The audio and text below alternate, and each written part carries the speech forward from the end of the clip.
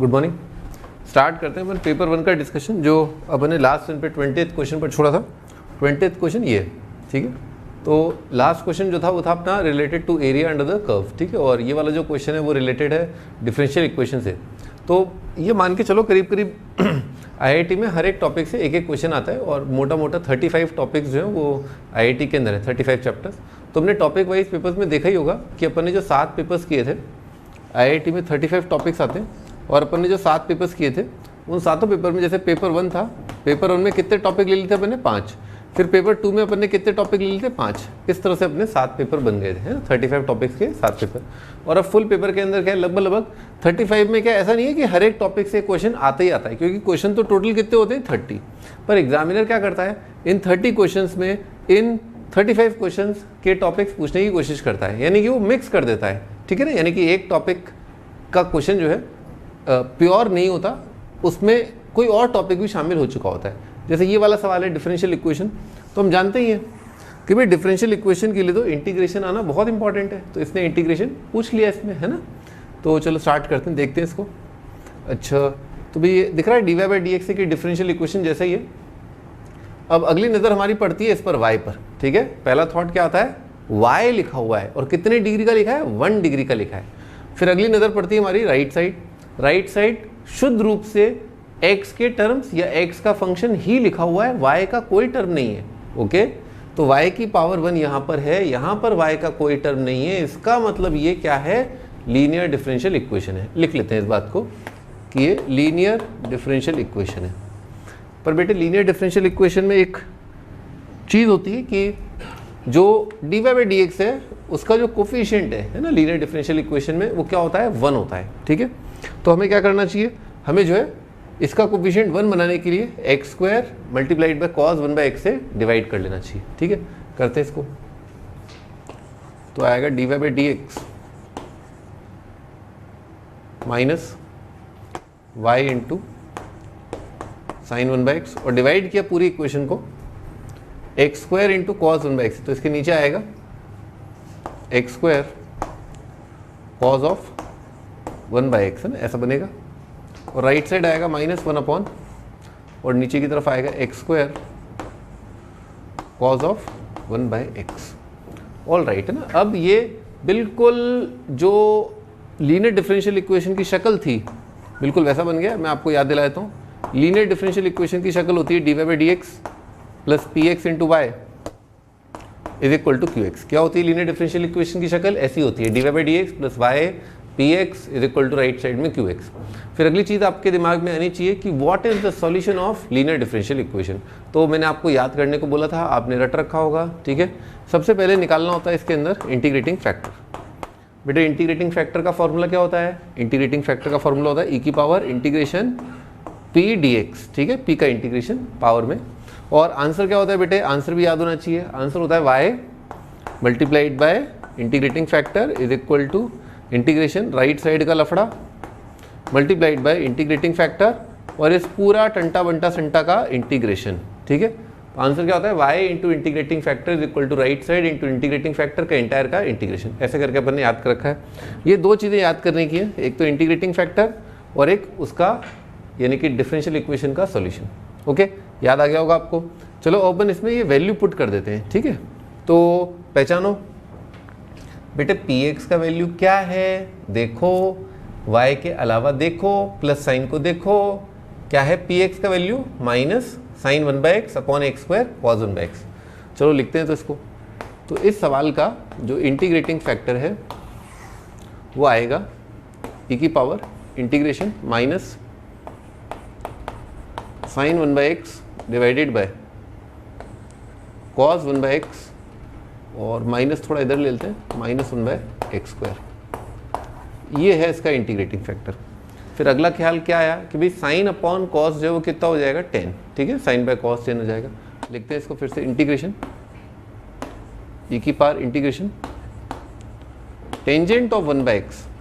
फिर अगला थॉट क्या आया बेटे? 1 बाई एक्स को देखते ही तुरंत ख्याल आया कि 1 बाई एक्स का डेरिवेटिव क्या होगा। तो आंखों से दिख रहा है फटाक से कि 1 बाई एक्स का डेरिवेटिव कितना आएगा? -1 बाई x²। तो लिख लेते हैं इसको, डेरिवेटिव ऑफ प्लस का 1 बाई एक्स, ठीक है। तो क्या लिखा है बेटे ये टेन थीटा डी थीटा। तो टेन थीटा डी थीटा भी, टेन थीटा का इंटीग्रेशन याद करो कितना होता है, एल एन सेक, ठीक है, एल एन सेक,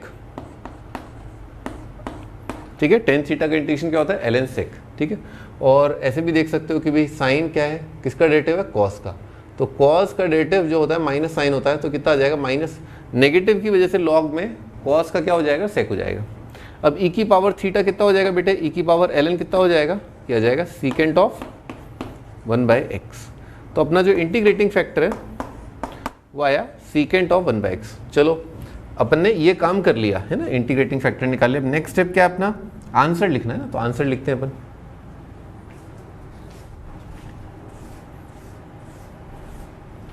अच्छा, आंसर लिखना चालू करते हैं। तो इंटीग्रेटिंग फैक्टर आ गया, इस शक्ल को देखते हैं पहले यहाँ से। तो आंसर आएगा y multiplied by integrating factor कितना था, secant of 1/x is equal to integration of, पूरा राइट साइड देखना है अपने को। तो राइट साइड बेटे क्या बन रहा है यहाँ पर, डिफरेंशियल इक्वेशन बन रहा है right side, minus 1/x² cos of 1/x। तो minus 1/x² cos of 1/x। और अब क्या करना चाहिए अपने को, इस राइट साइड को मल्टीप्लाई कर देना चाहिए इंटीग्रेटिंग फैक्टर से। इंटीग्रेटिंग फैक्टर कितना है, सीकेंट ऑफ 1/x dx, ऐसे लिखा। ऑल राइट, अब अपन देखते हैं भाई 1/cos को क्या लिख सकते हैं बेटे, सेक, और सेक इंटू सेक कितना आ जाएगा, सेक स्क्वायर। ओके, तो राइट साइड को मैं यहाँ लिख रहा हूँ, यानी कि y secant of 1/x is equal to integration sec square 1/x। और बेटे 1/x का डेरिवेटिव कितना है, minus 1/x², derivative of 1/x। तो सेक थीटा, ठीक है, सेक स्क्वायर, बेटे सेक स्क्वायर किसका डेरिवेटिव है, टेन थीटा का डेरिवेटिव क्या होता है, सेक स्क्वायर। तो सेक स्क्वायर का इंटीग्रेशन क्या हो जाएगा, 10। ऑल राइट, तो राइट साइड आ जाएगा tangent of 1/x plus constant of integration. तो अब इसको दोबारा एक बार अपने को एनालाइज करना होगा, y को देखना होगा। इसने इशारों में कांस्टेंट ऑफ इंटीग्रेशन के लिए इसने क्या इशारा किया है, ये इशारा किया है कि y का वैल्यू टेंड करता है -1 को, जब x टेंड करता है इन्फिनिटी को।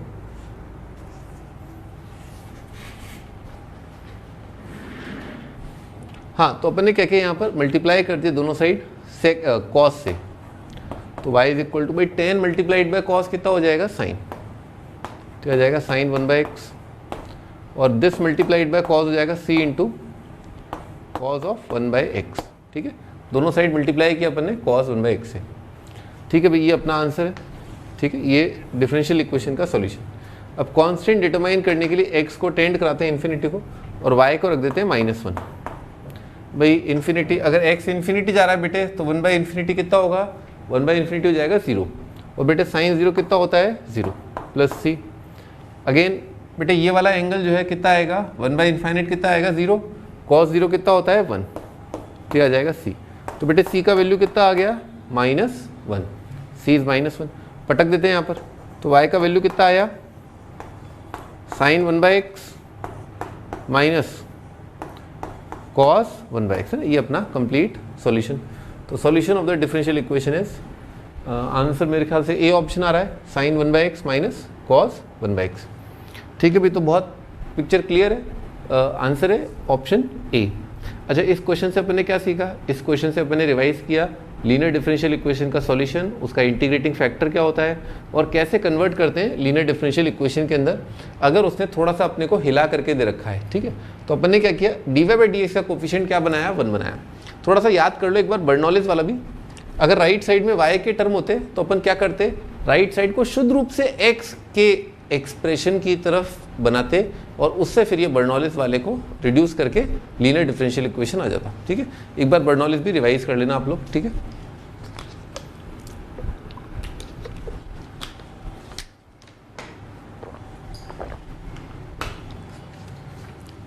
हम नेक्स्ट क्वेश्चन पर चलते हैं।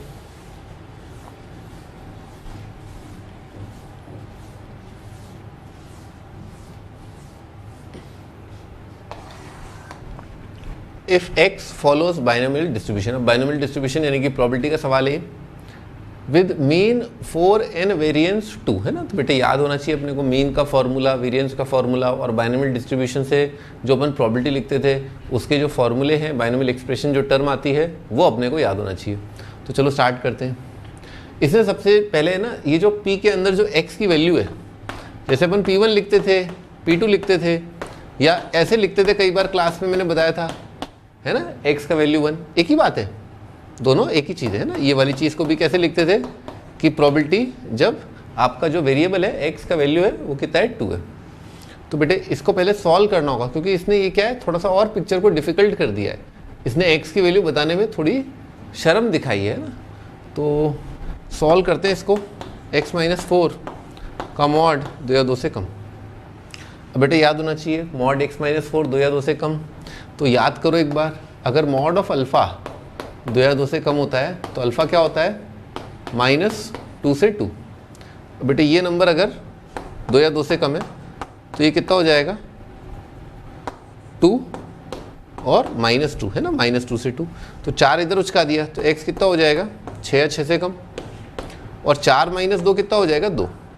ऑल राइट, और x का वैल्यू अपन जानते ही हैं, x क्या होता है नेचुरल नंबर। तो कितने नेचुरल नंबर हैं 2 से लेकर के 6 के बीच में, 2 3 4 5 6। ओके, तो ये क्या पूछ रहा है अपने से, p x = 2, x = 3 4 से लेकर के x = 6, ये सारी चीज़ें पूछ रहा है अपने से। तो बेटे इसके लिए क्या करेंगे, ये सब वैल्यूज़ निकालनी होंगी, plus probability x = 3 dash dash plus probability जब x का वैल्यू कितना है 6।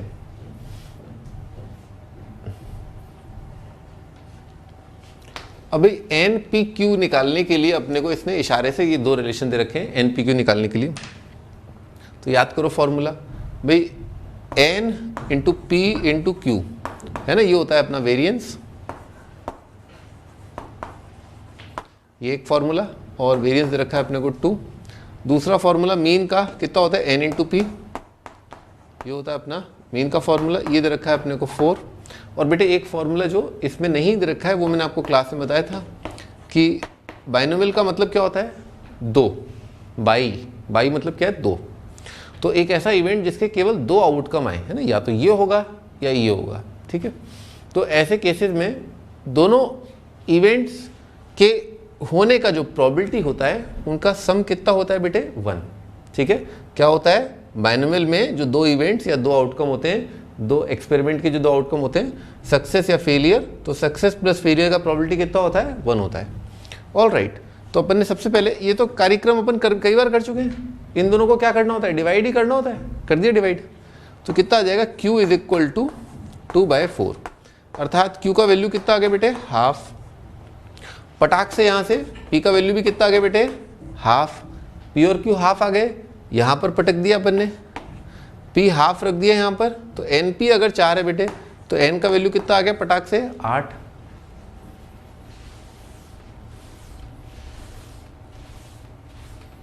अब तो क्या है बस पट पट पट आंसर आने वाला है अपना, NPQ सब पता चल गया अपने को, ये वाली चीज़ें लिखनी है। तो x = 2 बेटे कैसे लिखते हैं अपन, याद करो एक बार, बाइनोमियल के अंदर कैसे लिखते हैं NCR p की पावर n - r और q की पावर r, है ना, ऐसे लिखते हैं। तो n का वैल्यू कितना है 8 बेटे, x का वैल्यू रैंडम वेरिएबल का वैल्यू कितना है बेटे, यहाँ पर लिखा है 2, ठीक है। तो कितना आएगा 8c2, और p और q तो बराबर है 1/2 की पावर 8 - 2 और 1/2 की पावर 2। ध्यान से देखो बेटे, इन दोनों का जो पावर है उनको जोड़ के हमेशा क्या आएगा 8 आएगा। तो कितना आ गया 8c2 1/2 की पावर 8।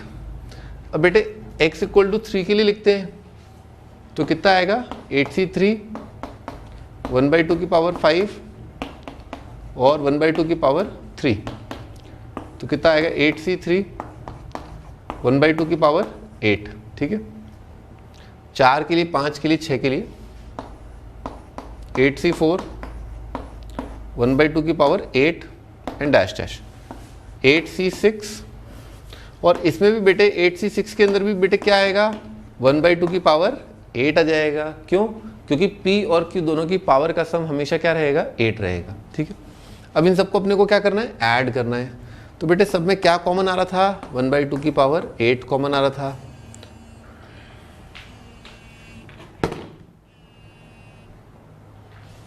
अच्छा, इसमें सबसे पहले क्या जोड़ लें अपन, 8c2, फिर 8c3 एंड डैश डैश कहाँ तक, 8c6 तक।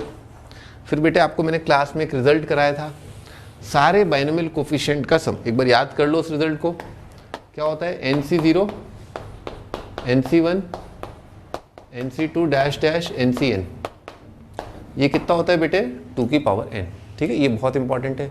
तो आप देखो एक बार इसको है ना 8 के लिए लिख करके देखते हैं। तो 8 के लिए लिखा ना n का वैल्यू, तो कितना होएगा, 8c0 8c1 8c2 से लेकर के बेटे 8c8, कितना हो जाएगा, 2 की पावर 8। बेटे यहाँ पर सारे बाइनोमियल कोफिशिएंट हैं, कौन कौन नहीं है, छोटे छोटे नन्हे नन्हे प्यारे प्यारे नहीं है। जैसे 8c0, इसका वैल्यू अति सुंदर कितना होता है, 1। इसका वैल्यू बहुत सुंदर कितना होता है, 8। यहाँ पर वैल्यू कितना होता है, 8c8 का 1। और बेटे 8c7 का वैल्यू भी कितना हो जाएगा, 8c1 के बराबर, कितना हो जाएगा, 8। ओके, तो इस पिक्चर को अपन कैसे लिख सकते हैं, 1/2 की पावर 8 ब्रैकेट में 2 की power 8 minus 8c0 8c8 8c7 और 8c1। बेटे इन सबका वैल्यू रख दिया अपन ने, है ना। तो क्या बन रहा है, 2 की पावर 8 -1 -1 -8 अपॉन 2 की पावर 8। ठीक है, तो कितना हो गया, 19 18, 2 की पावर 8 -18 अपॉन 2 की पावर 8। तो यहाँ से तो बेटे 1 आ जाएगा, और यहाँ से 2 काट के कितना आ जाएगा, 9 अपॉन 2 की पावर 7, है ना। और बेटे 2 की पावर 7 का वैल्यू देखो कितना होता है, 128, है ना। और एलसीएम लेंगे तो कितना आएगा, 128 -9 अपॉन 128, ये कितना रहा, 119। ऑप्शन देखते हैं, तो अपने को दिख रहा है अपना ऑप्शन, क्या आंसर है अपना, ए ऑप्शन अपना आंसर है, 119 अपॉन 128। ठीक है, इस क्वेश्चन से अपन ने क्या क्या सीखा, इस क्वेश्चन से अपन ने सीखा बहुत इंपॉर्टेंट बाइनोमियल डिस्ट्रीब्यूशन से रिलेटेड जो फॉर्मूले हैं वो क्या होते हैं, NP/Q होता है वेरिएंस, NP होता है अपना मीन, और P+Q का वैल्यू होता है 1, है ना। ये 3 बहुत इंपॉर्टेंट फॉर्मूले हैं। फिर अपन ने देखा कि प्रोबेबिलिटी डिस्ट्रीब्यूशन में प्रोबेबिलिटी का value at certain random variable, है ना, रैंडम वेरिएबल का वैल्यू क्या होता है, x। तो इसने जो पूछा है, इसने कई सारे रैंडम वेरिएबल्स पर अपने से प्रोबेबिलिटी पूछ लिया है, यानी कि 2 पर 3 पर 4 पर 5 पर 6 पर, और उनका सम पूछा है। वो सभी रैंडम वेरिएबल्स जो कहाँ से कहाँ तक है, 2 से 6 तक। ठीक है,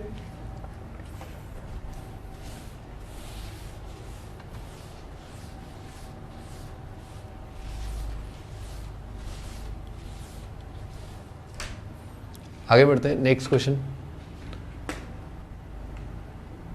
नेक्स्ट क्वेश्चन जो है कॉम्प्लेक्स नंबर का है। कॉम्प्लेक्स नंबर बहुत इंपॉर्टेंट चैप्टर है, और ये जो क्वेश्चन मैंने लिया है ये रिलेटेड टू है de Moivre's थ्योरम, है ना, DMT से रिलेटेड ये सवाल है।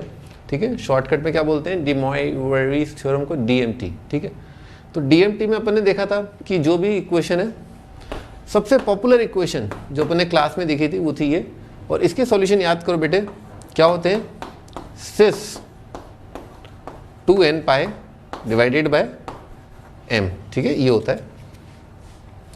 और बेटे इसमें n की जगह, यहाँ तो n आएगा, यहाँ m आएगा, मैंगो की जगह क्या रख देंगे अपन, 0 1 2 से लेकर के n-1, है ना। ये होते हैं इस इक्वेशन के सॉल्यूशन। तो बेटे ज़्यादातर सिचुएशन में अपन ने देखा था कि एग्जामिनर कैसे इसको क्रिएट करता है, इसको एक जीपी की हेल्प से क्रिएट करता है। तो आओ देखें, ये क्या बन रहा है, जीपी बन रहा है। फर्स्ट टर्म है 1, कॉमन रेशियो क्या है, z³ और इंटू z³। तो जीपी का सम लिखते हैं। जीपी के बेटे सम का फॉर्मूला क्या होता है, a इंटू 1 माइनस आर की power n upon 1 minus R, है ना। वैल्यू प्लग कर देते हैं इसके अंदर। इसमें अपन ने वैल्यू पुट कर दी ना, a का वैल्यू बेटे कितना है 1, और बेटे r का वैल्यू कितना है z³ लिखते हैं, और n की वैल्यू कितनी है 3। तो z³ की पावर कितना आ जाएगा 3 divided by 1 minus z³ is equal to 0। Numerator part में क्या बन गया 1 माइनस जेड की पावर 9 इज इक्वल टू 0 या जेड की पावर 9 इज इक्वल टू 1। अब बेटे मैंने आपको बताया था कि जो जीपी का फॉर्मूला होता है ना, ये तब वैलिड होता है जब कॉमन रेशियो 1 न हो। ठीक है, तो यहाँ पर बेटे कॉमन रेशियो कितना है, जेड क्यूब है। तो आपको डिक्लेयर करना पड़ेगा यहाँ पर कि जेड क्यूब 1 नहीं है। तो आपको क्या करना पड़ेगा, इस इक्वेशन के कितने रूट आएंगे 9, और जो इक्वेशन चल रही थी उसके रूट कितने हैं 6। हमने रूट क्या कर दिए 3 बढ़ा दिए। क्यों बढ़ा दिए, कैसे बढ़ा दिए, नहीं बढ़ा सकते, रूट तो उतने के उतने रहेंगे। तो अपने को क्या करना होगा, इसके रूट्स में से इसके जो रूट्स हैं उनको हटाना होगा। तो 9 में से जो 3 रूट हट गए, फिर अपने क्या आ गए, काम के 6 रूट आ गए। तो लिखना चालू करते हैं इसके डीएमटी से रूट। तो बेटे जादू मंत्र से 1 को कैसे लिखा, सिस 0 या सिस 2m पाई लिख लिया। अब डीएमटी लगा दिया, 9 से एम्पलीट्यूड को या आर्ग्यूमेंट को डिवाइड कर दिया। अब इसमें m की जगह क्या क्या रखना होगा, 0 1 2 और 8 तक।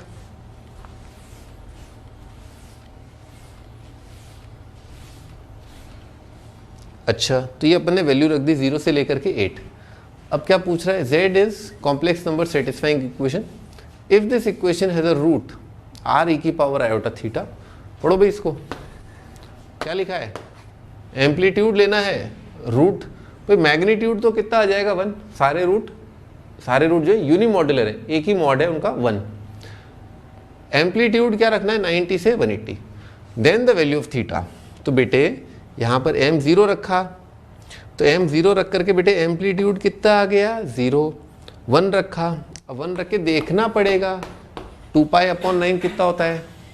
तो बेटे पाई बाई 9 का अंदाज़ा लगा लो, 180 अपॉन 9 बेटे कितना हो गया, 180 अपॉन 9 हो गया बेटे 20, और 20 इंटू 2 कितना हो गया बेटे 40। अच्छा, तो m1 के लिए एम्पलीट्यूड कितना आ रहा है 40।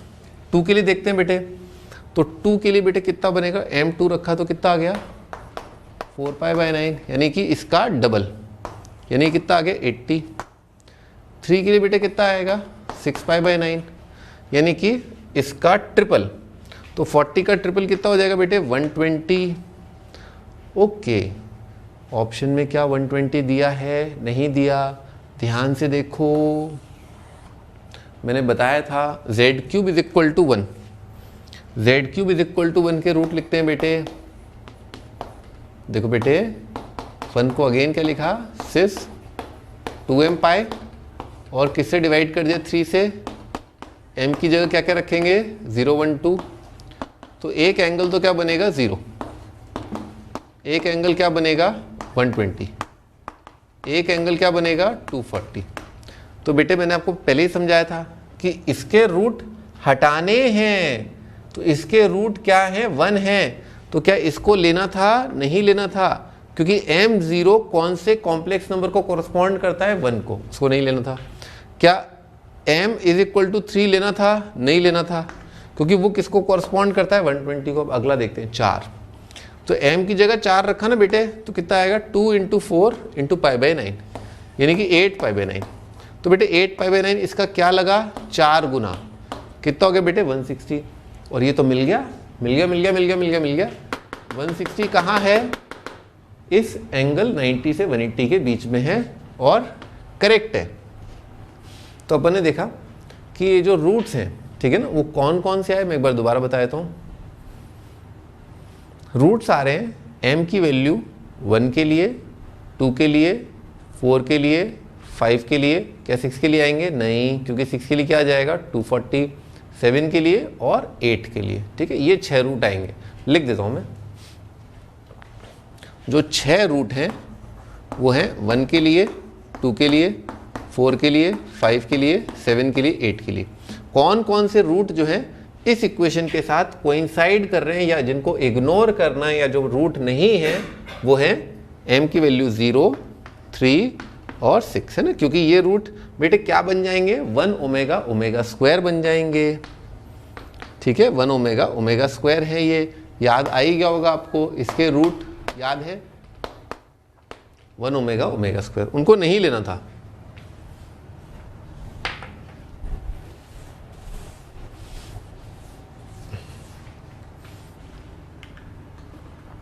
Next question, if the line is a normal to the parabola,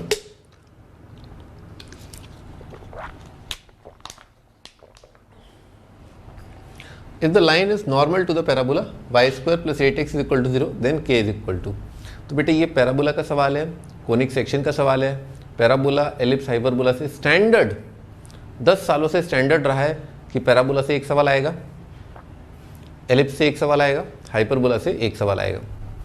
तो एक बार मैं आपको जनरल है ना एप्लीकेशन ऑफ डेरिवेटिव से भी इस सवाल को करके बताऊंगा, है ना, एक मेथड, वो भी बहुत शानदार है और बहुत बेसिक है ना। और दूसरा मैं आपको खुद पैराबोला के जो रिजल्ट हमने याद किए थे नॉर्मल के, याद ही होंगे आपको, नॉर्मल का इक्वेशन इन स्लोप फॉर्म, तो क्या होता है बेटे बोलो, क्या होता है नॉर्मल का equation in slope form, y is equal to mx minus 2am minus am cube, है ना, वेरी गुड, है ना, ये होता है नॉर्मल इन स्लोप फॉर्म। अच्छा, अब इसको कंपेयर करते हैं, तो बेटे तस्वीर जो है, तस्वीर y square is equal to 4, और बेटे लपक के कितना आ जाएगा, a का वैल्यू -2, तो a का वैल्यू कितना है, -2 है। अब इसमें अपन ने क्या चेप दिया, a की जगह -2 रख दिया, रख देते हैं, -2 रख के कितना आ जाएगा बेटे 4m, और कितना आ जाएगा m क्यूब, ठीक है, -2 रख के ही आएगा। अच्छा जी,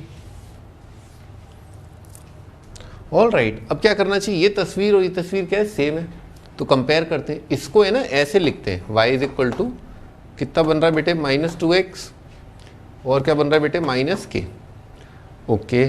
तो बेटे आंखों से दिख रहा है ना, दोनों लाइनें अगर सेम है, मैंने आपको बताया था क्लास के अंदर कि दो लाइनें अगर सेम होती हैं, जैसे मान लो a1x plus b1y plus c1 is 0, a2x plus v2y plus c2 is 0, a1 by a2 is equal to b1 by b2 is equal to c1 by c2, ठीक है।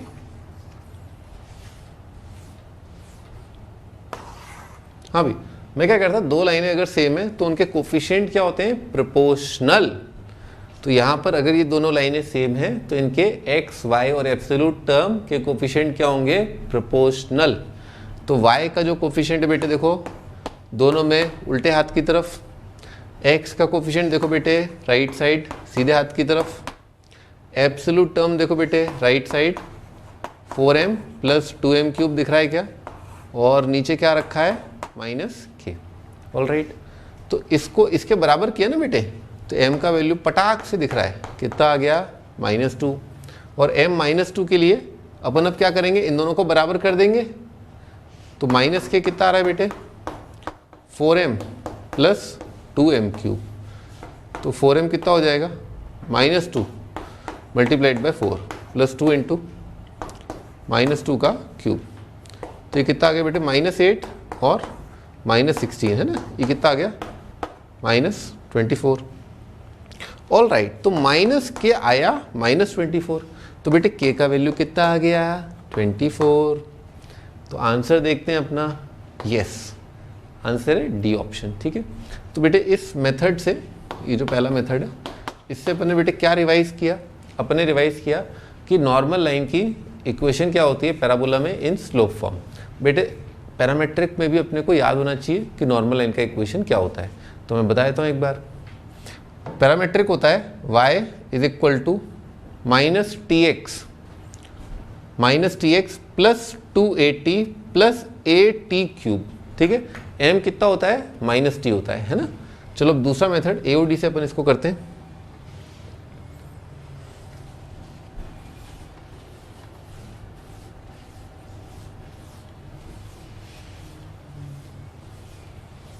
हाँ भाई, ये कह रहा है line is normal to parabola. तो बेटे एक रफ स्केच बनाना हमेशा बहुत ही फायदेमंद, बहुत ही लाभकारी होता है। ये अपन ने बना दिया y square is equal to -8x, यानी कि left facing parabola. Right facing के लिए यहाँ पर क्या होता है पॉजिटिव, नेगेटिव के लिए क्या आएगा लेफ्ट फेसिंग। अच्छा जी, एक बार थोड़ा अंदाजे से देख लो, स्लोप कितना है -2, तो बेटे स्लोप -2 है। कुछ अंदाजे से मैंने बनाया है स्लोप -2 का लाइन। ओके ठीक है, लाइन इज नॉर्मल। ओके, तो ये कोई पॉइंट है, ठीक है, जहाँ पर ये लाइन जो है नॉर्मल है। तो डिफ्रेंशिएशन अगर करेंगे अपन तो डेरिवेटिव का वैल्यू, बेटे लाइन का स्लोप देख पा रहे हो, लाइन का स्लोप कितना आ रहा है -2, तो डेरिवेटिव का वैल्यू कितना आएगा बेटे, ये तो नॉर्मल है, टेंजेंट का स्लोप क्या होगा इसका नेगेटिव रेसिप्रोकल, तो टेंजेंट लाइन की स्लोप आएगी हाफ। तो कर दिया इसको डिफ्रेंशिएट, वाई स्क्वायर का डेरिवेटिव क्या आएगा 2y dy/dx, और बेटे 8x का डेरिवेटिव कितना आ जाएगा 8, 0 का डेरिवेटिव कितना आएगा 0, इसमें dy/dx की जगह बेटे क्या रख दिया हाफ, तो क्या बन जाएगा 2y multiplied by half plus 8 is equal to 0। तो क्या हो गया गॉन, y कितना आ गया बेटे -8। इससे हमें क्या पता चला कि जिस पॉइंट पर ये नॉर्मल लाइन बनाई गई है उसका y कोऑर्डिनेट कितना है -8, y -8 बेटे यहाँ रख दिया, कितना बनेगा बेटे -8 का square plus 8x is 0, 64 plus 8x is 0। बेटे x का वैल्यू कितना आ गया -8, तो पॉइंट जो है वो क्या आ गया बेटे -8। अब तो हम लाइन निकाल लेंगे बेटे, क्योंकि लाइन का स्लोप तो हमें पता ही था, दे ही रखा है, और बेटे पॉइंट भी पता चल गया, तो इस पॉइंट से ही लाइन पास कर दी होगी बेटे, तो इस पॉइंट को कहाँ रख दिया अपन ने, इसी लाइन में रख दिया, रख देते हैं। तो 2 इंटू कितना आएगा बेटे -8 प्लस y का वैल्यू कितना है -8 plus k is equal to 0, कितना आ गया -16 -8 है ना, -24 प्लस k इज 0, पट आंसर आ गया, k का वैल्यू कितना आ गया 24। तो कौन सा मेथड ज़्यादा आसान है ये आप ही को डिसाइड करना है। अगर पैराबोला के नॉर्मल को आपने रट रखा है, याद कर रखा है, तो वो ज़्यादा आसान है, और अगर आपके फंडामेंटल्स जो हैं, बेसिक कॉन्सेप्ट जो हैं, और क्वेश्चन की प्रोफाइलिंग जो है वो बहुत अच्छी कर लेते हैं आप, तो एओडी वाला मेथड भी बहुत ही शानदार मेथड है, जल्दी आंसर इसी से आ रहा है।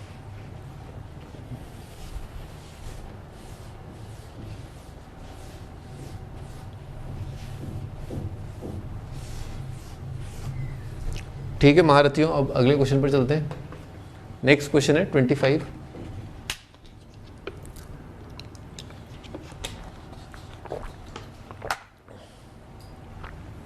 The normal at a variable point P on ellipse of eccentricity E meets the axis of the ellipse in Q and R.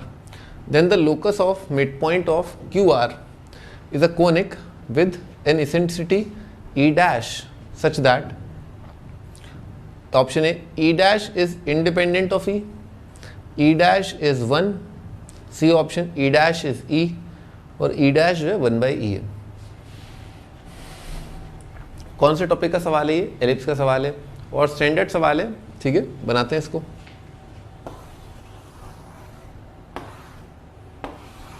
ये अपन ने एलिप्स बनाया, नॉर्मल एट पॉइंट P, मान लेते हैं कोई पॉइंट है P,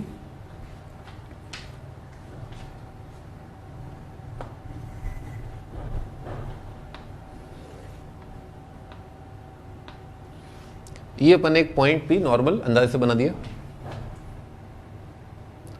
इसका इसेंट्रिसिटी अपने को E दे रखा है ना, और अपन ने जो पिक्चर बनाई ना बेटे वो क्या अज्यूम करके बनाई है कि A का वैल्यू क्या है B से बड़ा है, यानी कि एलिप्स जो है चौड़ा है, फैला हुआ है, लेटा हुआ है, ठीक है। इंटरसेक्स मीट्स द एक्सिस इन, तो बेटे ये पॉइंट कितना आ जाएगा Q, और बेटे ये पॉइंट एक्सिस ऑफ एलिप्स मतलब वही मेजर एक्सिस और माइनर एक्सिस, या X axis Y axis. Then locus of mid point of Q R, तो बेटे मिड पॉइंट है ना, ये मान लेते हैं, इसको ऐसा करते हैं पी क्यू आर एस बोल देते हैं, और let the point S be H comma K. अब क्या कह रहा है, point of is a conic with eccentricity E dash. चलो स्टार्ट करते हैं, तो ऐसा करते हैं पैरामेट्रिक खेलते हैं ना, तो अपन ने P पॉइंट मान लिया, parametric coordinate A cos theta B sin theta. अब बेटे आपको याद होना चाहिए है ना नॉर्मल लाइन का इक्वेशन पैरामीट्रिक पॉइंट पर क्या होता है। चलो मैं याद दिलाता हूँ। नॉर्मल लाइन होता है a square x by x1 minus B square y by y1 is equal to a square minus B square. ठीक है, क्या होता है normal a square x by x1 minus B square y by y1 is equal to a square minus B square. और अब अपन इसके अंदर x1 y1 की जगह क्या रख देंगे अपन ए कॉस बी साइन रख देंगे, तो अपने को पैरामीट्रिक नॉर्मल मिलने लग जाएगा। लिखते हैं तो कितना आ जाएगा बेटे a square x upon a cos theta minus B square y upon b sine theta is equal to a square e square. ये तो रिजल्ट याद ही है अपने को अच्छे से है ना। ए स्क्वायर माइनस बी स्क्वायर कितना होता है ए स्क्वायर ई स्क्वायर। अच्छा भाई ए कट जाएगा ए के, ओके तो आ रहा है a x upon cos theta minus b y upon sine theta is equal to a square e square. All right है ना, ये अपना आ गया पैरामेट्रिक नॉर्मल। ठीक है, अब नेक्स्ट ख्याल क्या आता है कि अपन निकालें क्यू, अपन निकालें आर और निकालें फिर उनका मिड पॉइंट। ठीक है, तो क्यू निकालने के लिए बेटे एक्स इंटरसेप्ट के लिए क्या करते हैं y को 0 कर देते हैं, और बेटे y इंटरसेप्ट के लिए बेटे क्या करते हैं x को 0 कर देते हैं। तो अपन ने q के लिए y को बेटे 0 कर दिया है ना, y को 0 करा तो x का वैल्यू अपने को दिख रहा है कितना आ रहा है ए ई स्क्वायर कॉस थीटा। और अगर मान लो मैंने x को 0 किया बेटे तो y का वैल्यू कितना आ रहा है a square e square upon b minus sine theta. ठीक है, अच्छा ऑल राइट ठीक है। अब इनके मिड पॉइंट को निकालते हैं, तो एक बार क्यू पॉइंट के कोऑर्डिनेट लिख देता हूं मैं है ना। क्यू पॉइंट का कोऑर्डिनेट कितना है ए ई स्क्वायर कॉस थीटा कॉमा 0, और बेटे आर पॉइंट के कोऑर्डिनेट लिख देता हूं, वो कितना है 0 comma minus a square e square upon b into sine theta. अब बेटे इन दोनों के मिड पॉइंट को लिख देता हूँ। मिड पॉइंट का अपने को फॉर्मूला आता ही है। मिड पॉइंट कितना होता है x1 plus x2 upon 2 comma y1 plus y2 upon 2 है ना, ये होता है मिड पॉइंट। तो एस पॉइंट बेटे क्या मान के चल रहे थे अपन h कॉमा के। लोकस के क्वेश्चंस को ऐसे ही करते हैं, जो भी आपका लोकस जिसको आपको कैलकुलेट करना होता है you start the question by assuming the point to be h comma K. आप मान लें वो पॉइंट जो है उसके कोऑर्डिनेट h कॉमा के हैं। चलो आगे बढ़ते हैं। सारा a E square cos theta plus 0 upon 2 और minus a square e square sine theta upon 2b।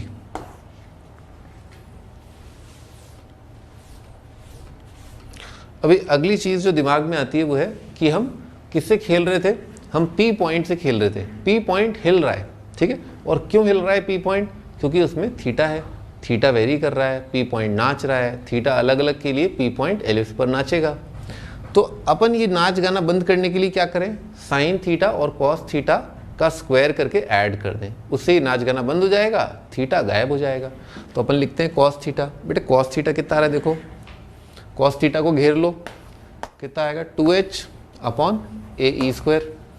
दिख रहा होगा दोनों पॉइंट सेम, तो दोनों पॉइंट का बेटे क्या होगा, x कोऑर्डिनेट सेम हो जाएगा, दो पॉइंट सेम उनका y कोऑर्डिनेट सेम हो जाएगा।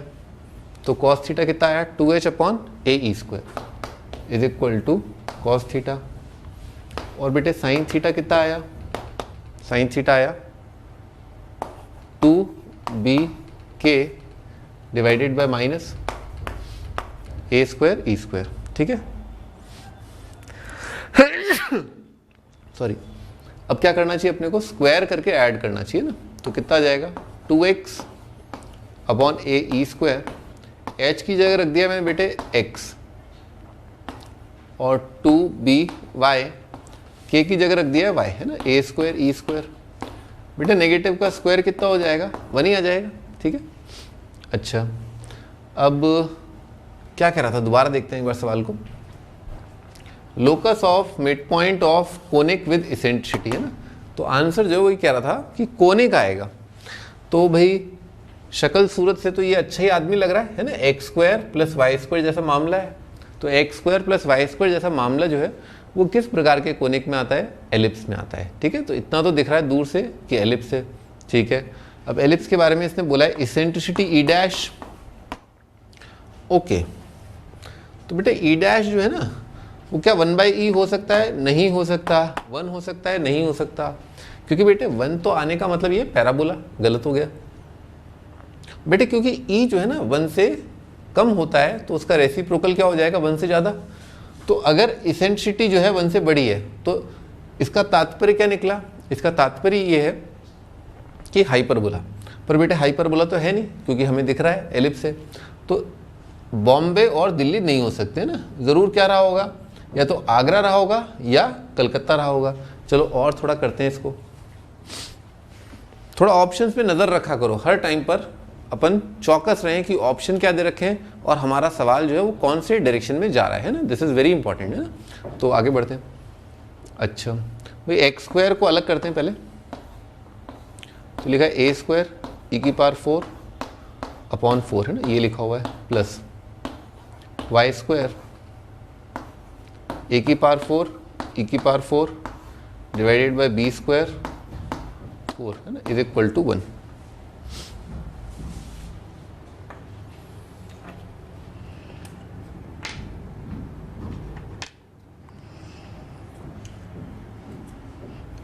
हाँ भाई, तो ये है और ये है।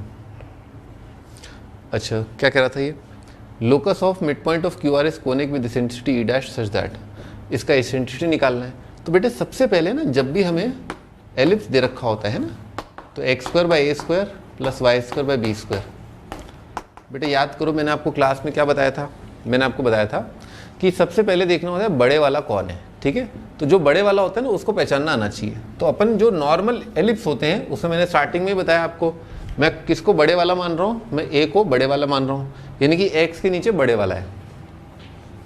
अब बेटे इसमें जो है जो बड़े वाला होता है ना, इसेंट्रिसिटी लिखने का तरीका क्या होता है, E is equal to under root of 1 minus छोटे वाला डिवाइडेड बाय बड़े वाला। ऑल राइट, ऐसे देखते हैं। अब इसमें जो है चार दोनों एक ही अफेक्ट लेकर के आएंगे, छोड़ो उसको, और भाई ई की पावर 4 एक ही अफेक्ट लाएगा।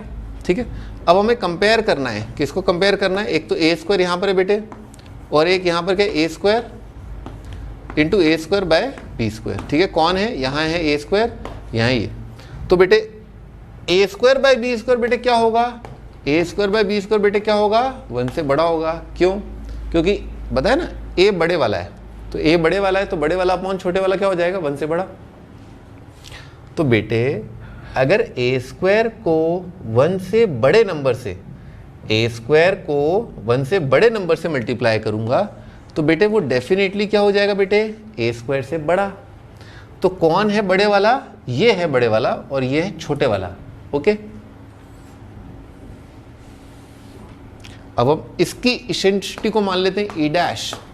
तो बेटे ई डैश कितना होगा, अंडर रूट ऑफ 1 माइनस छोटे वाला, बताया अभी छोटे वाला ये है, कौन है, ए स्क्वायर ई की power 4 divided bye 4 divided bye बड़े वाला ये है,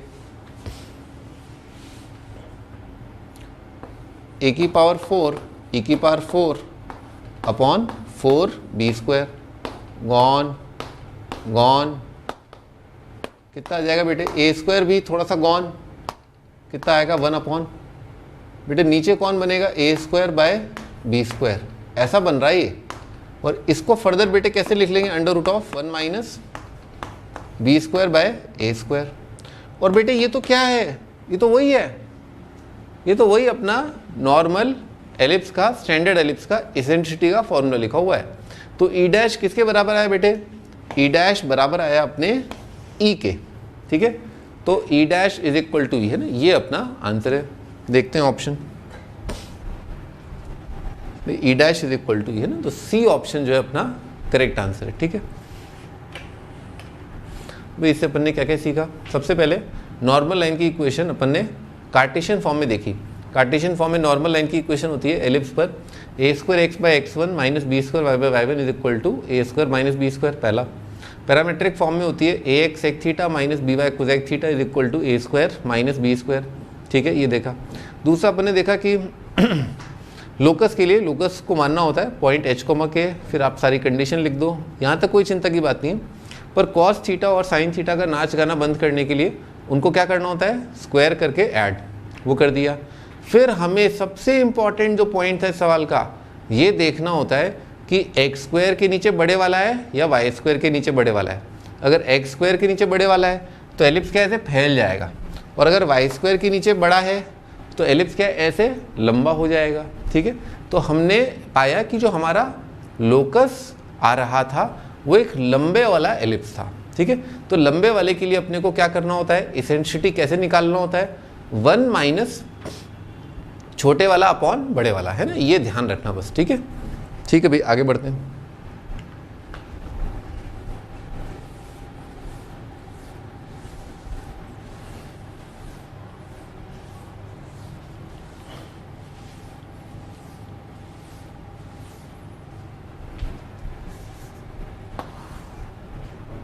If x plus iota y is equal to under root of phi plus iota psi, where iota की usual definition दे रखी है under root of -1.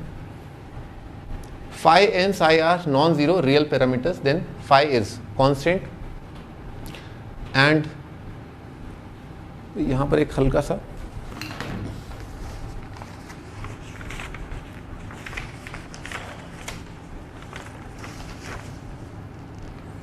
यहाँ पर एक छोटा सा प्रिंटिंग मिस्टेक हो गया, फाई इज कांस्टेंट एंड यहाँ पर आएगा भाई इस जगह, है ना, सवाल को ऐसे पढ़ेंगे अपन, फाई इज कांस्टेंट एंड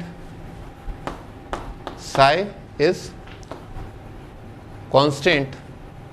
ठीक है, सवाल क्या है, phi is constant and psi is constant represents two systems of rectangular hyperbola which intersect at an angle of. बाकी सारा सवाल सही है, बस यहाँ पर ये हल्का सा मिस्टेक हो गया, फाई जो है इक्वल टू के उस तरफ आएगा। ठीक है, ऑल राइट। तो बेटे पहला ख्याल यही आता है कि अंडर रूट को हटाने के लिए अपन क्या करें, स्क्वायर कर दें। ठीक है, तो स्क्वायर कर दिया तो बन रहा है एक्स प्लस आयोटा वाई का square is equal to phi plus iota psi. बेटे एक्स का स्क्वायर कितना हो जाएगा बेटे, एक्स स्क्वायर प्लस आएगा बेटे आयोटा वाई का स्क्वायर प्लस आएगा 2 into X into iota Y is equal to आएगा फाई प्लस आयोटा साई। और बेटे आयोटा का स्क्वायर कितना होता है, -1 plus 2xy into iota is equal to 5 plus iota psi. अच्छा बेटे अब क्या करना होता है, तो कॉम्प्लेक्स नंबर में यही करना होता है कि लेफ्ट साइड में जो रियल पार्ट है और राइट साइड में रियल पार्ट है उनको आप बराबर कर दो, equating real parts and imaginary parts. तो बेटे लेफ्ट साइड में रियल पार्ट दिख रहा है क्या अपने को, कितना है, X square minus Y square, और बेटे राइट साइड में रियल पार्ट क्या है, 5। तो क्या होगा, X square minus Y square is equal to 5। अब ये क्या कह रहा है, ये इज इक्वल टू कॉन्स्टेंट, ये कोई कॉन्स्टेंट है और ये एक कर्व है। और बेटे इमेजिनरी पार्ट कितना है बेटे, आयोटा का कोफिशिएंट लेफ्ट साइड कितना है बेटे 2xy, और राइट साइड आयोटा का कोफिशिएंट कितना है बेटे साई, और ये भी कांस्टेंट है ना, ऐसा दे रखा है। अभी कह रहा है ये दो हाइपरबोला हैं, सही बात है, अपन जानते हैं भाई एक्स स्क्वायर और वाई स्क्वायर में बीच में नेगेटिव साइन आया है तो बेटे इसको क्या बोलते हैं, हाइपरबोला। और बेटे ये भी याद होगा आपको, X Y is equal to constant, ये भी क्या होता है, रेक्टेंगुलर हाइपरबोला, पर वो कौन सा वाला होता है, इंक्लाइंड होता है। ठीक है, तो एक बार पिक्चर बना लेते हैं बेटे। X square minus Y square तो अपन जानते हैं, है ना, वो कैसा बनता है हाइपरबोला, ऐसा बन जाता है। और बेटे X Y is equal to constant वाला हाइपरबोला कैसे बनता है, ऐसे बन जाता है।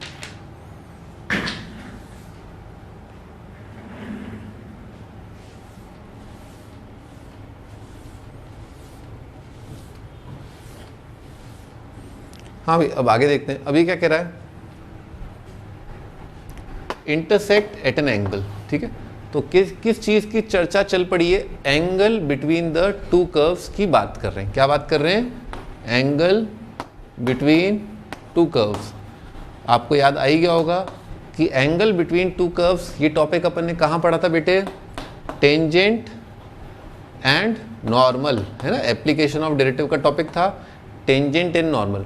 तो मैंने आपको याद करो, मैंने आपको क्या बताया था कि दो कर्व्स के बीच का जो एंगल होता है उसकी परिभाषा क्या होती है? उसकी परिभाषा होती है कि आप क्या करें, उस कॉमन पॉइंट पर पहले कर्व पर टेंजेंट बनाएं,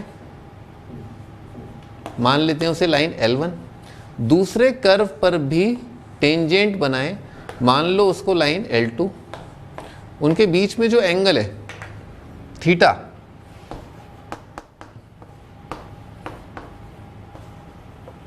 उसे कहते हैं, यानी कि दोनों के टेंजेंट लाइंस के बीच का एंगल, उसे कहते हैं angle between the two curves. ठीक है, तो अपने को यही एंगल जो है यही कैलकुलेट करना है। ऑप्शंस में देखो यही एंगल जो है उसके बारे में पूछा गया।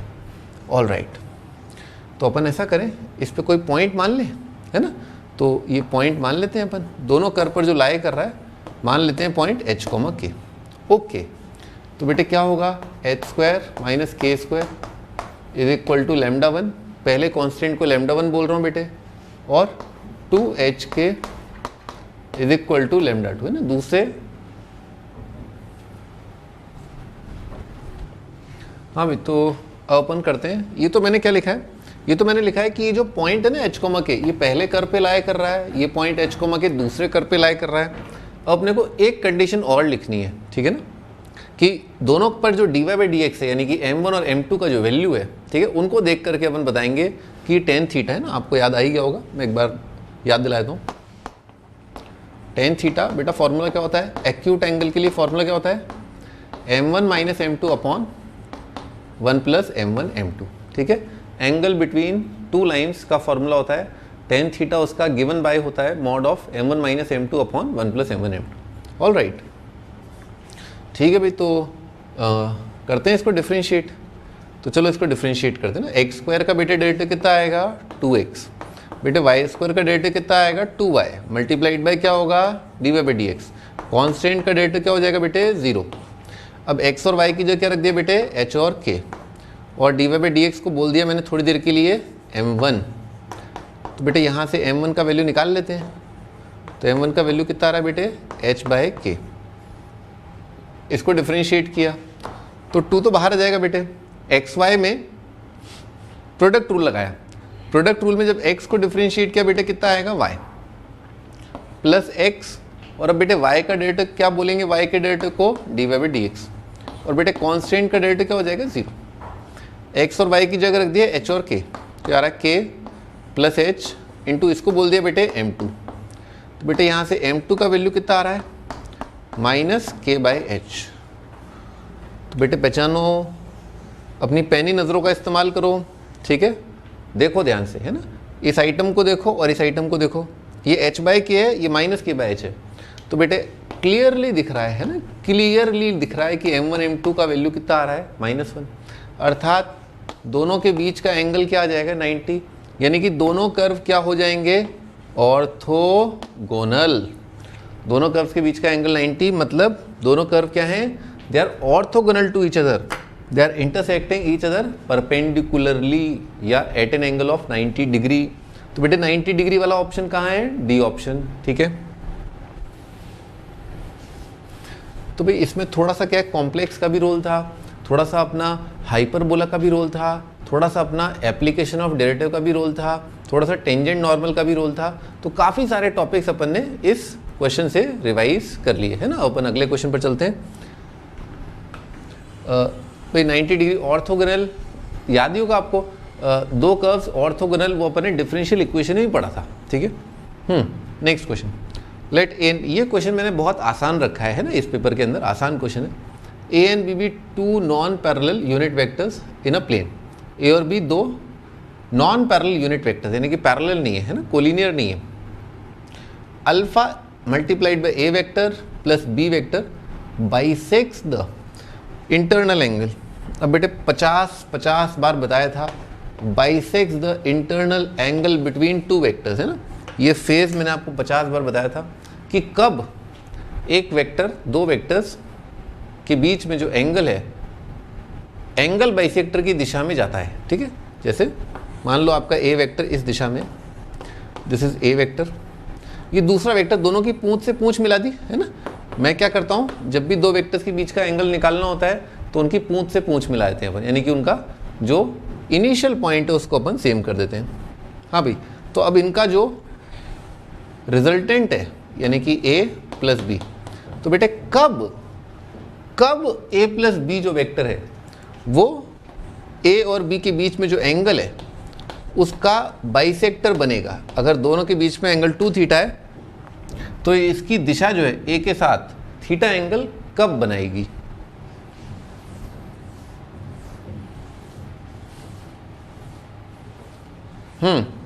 याद आ गया होगा अब आपको, मैंने बताया था आपको, जब इसका मॉडवा और इसका मॉडवा जो है सेम हो जाता है तो mod of A is equal to mod of B. Parallelogram law याद आ रहा है, ये पैरेललोग्राम के दो साइड, ये वेक्टर की शिफ्टिंग, ये पैरेललोग्राम का डायगोनल। तो बेटे कौन सा ऐसा जादुई पैरेललोग्राम होता है जिसमें डायगोनल जो है is along the angle bisector.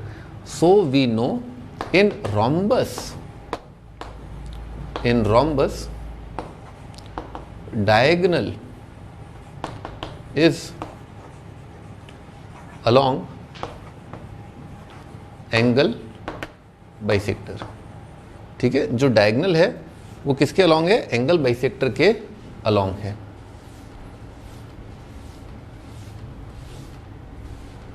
Diagonal is along angle bisector, ठीक है। जो डायगोनल वेक्टर है, डायगोनल के दिशा में जो वेक्टर होगा वो एंगल बाइसेक्टर तब बन जाता है जब फिगर जो है क्या बन जाए, रोम्बस बन जाए। वापस लौट के आते हैं सवाल पर। तो ये कह रहा है कि ये जो वेक्टर है ये किस दिशा में है, एंगल बाइसेक्टर की दिशा में, ठीक है। तो अपन क्या कर सकते हैं, अगर कोई वेक्टर एंगल बाइसेक्टर की दिशा में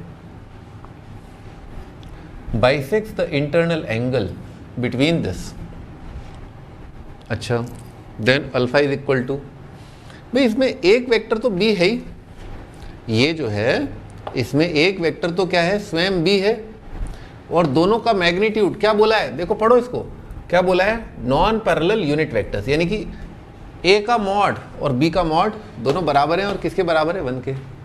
तो बेटे यहाँ पर जो ये क्या लिखा है, ये दो वेक्टर्स का रिजल्टेंट लिखा है। उन वेक्टर्स का नाम क्या है, एक वेक्टर का नाम है अल्फा इंटू ए वेक्टर और एक वेक्टर का नाम है बी वेक्टर, ठीक है। एक का नाम क्या है ए, एक का नाम है अल्फा ए, एक का नाम है बी। अच्छा, तो भाई अगर इस और इस वेक्टर का जो रिजल्टेंट है वो एंगल बाइसेक्टर के अलोंग है, तो इसका और इसका मॉडुलस क्या रहा होगा, सेम रहा होगा।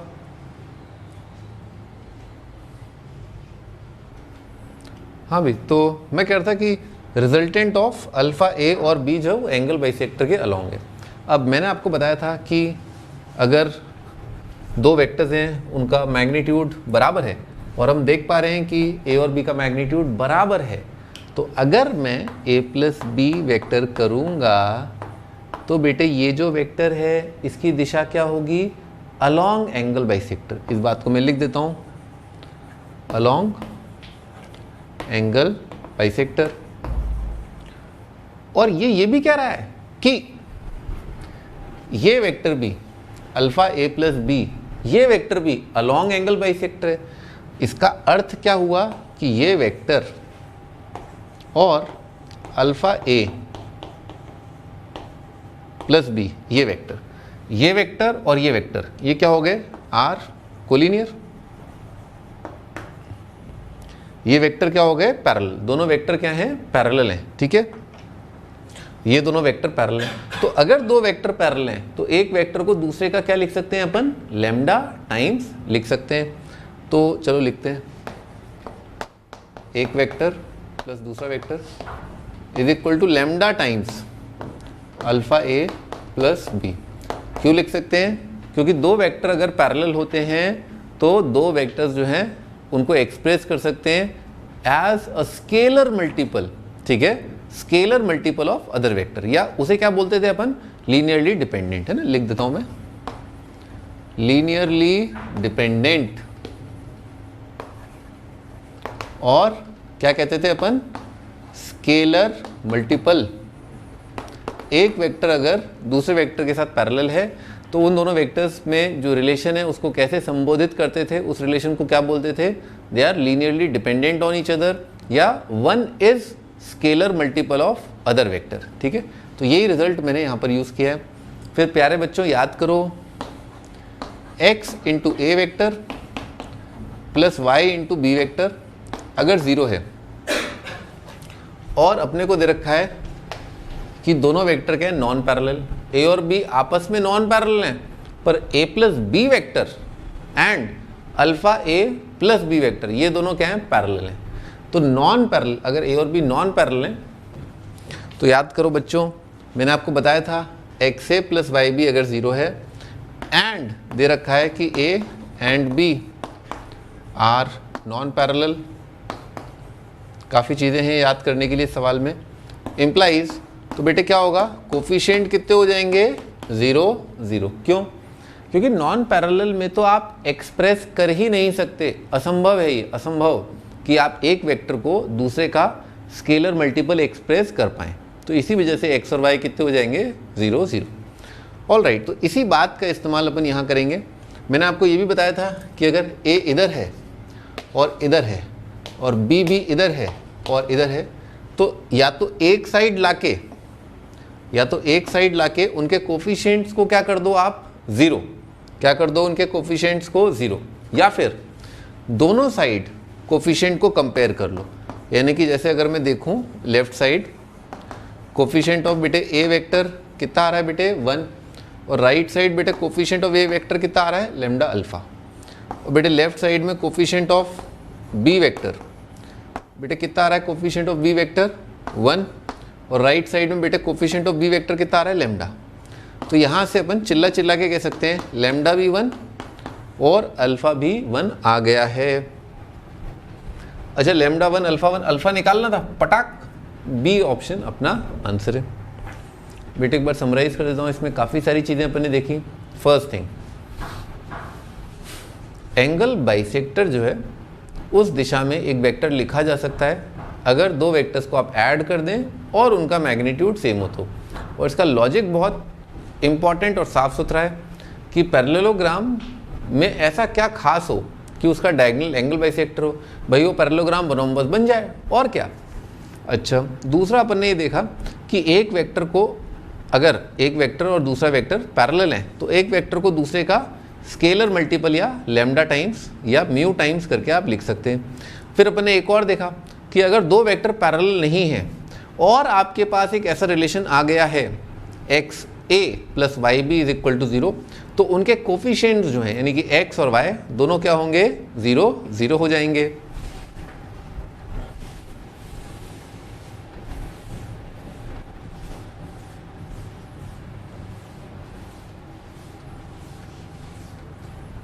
ऑल राइट, आगे बढ़ते हैं। इफ़ द लाइन, बेटे किसका सवाल है, 3D का सवाल है, बहुत ही इंटरेस्टिंग सवाल है और ये IIT में अभी 3-4 साल पहले ही आया था। If the line lies in the plane, बेटे ये बहुत इंपॉर्टेंट है।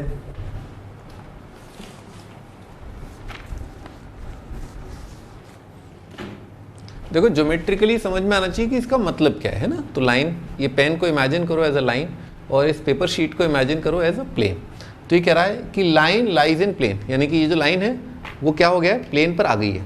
कैसे, ऐसे, कैसे, ऐसे, ऐसे, ठीक है। लाइन प्लेन पर है, पूरी लाइन प्लेन पर है और प्लेन का इक्वेशन क्या दे रखा है बेटे, ये रहा, और लाइन की इक्वेशन दे रखी है। और क्या पूछा बेटे, L² प्लस M² का वैल्यू पूछा गया है। ऑल राइट, स्टार्ट करते हैं। तो बेटे बहुत सिंपल बात है कि अगर कोई लाइन जो है अगर एक प्लेन पर लाई कर रही है तो उसके लिए क्या सफिशिएंट होगा, क्या अप्लाई करना नेसेसरी एंड सफिशिएंट होगा, मैं बताता हूँ आपको। देखो बेटे, लाइन पर कोई सुंदर पॉइंट बताओ। देखो यहाँ पर x का कोफिशिएंट 1, y का कोफिशिएंट 1, z का कोफिशिएंट 1 तो दिख ही रहा है। तो बेटे याद करो लाइन की शक्ल कैसी होती है, x minus x not upon a, y minus y not upon b और z minus z not upon सी।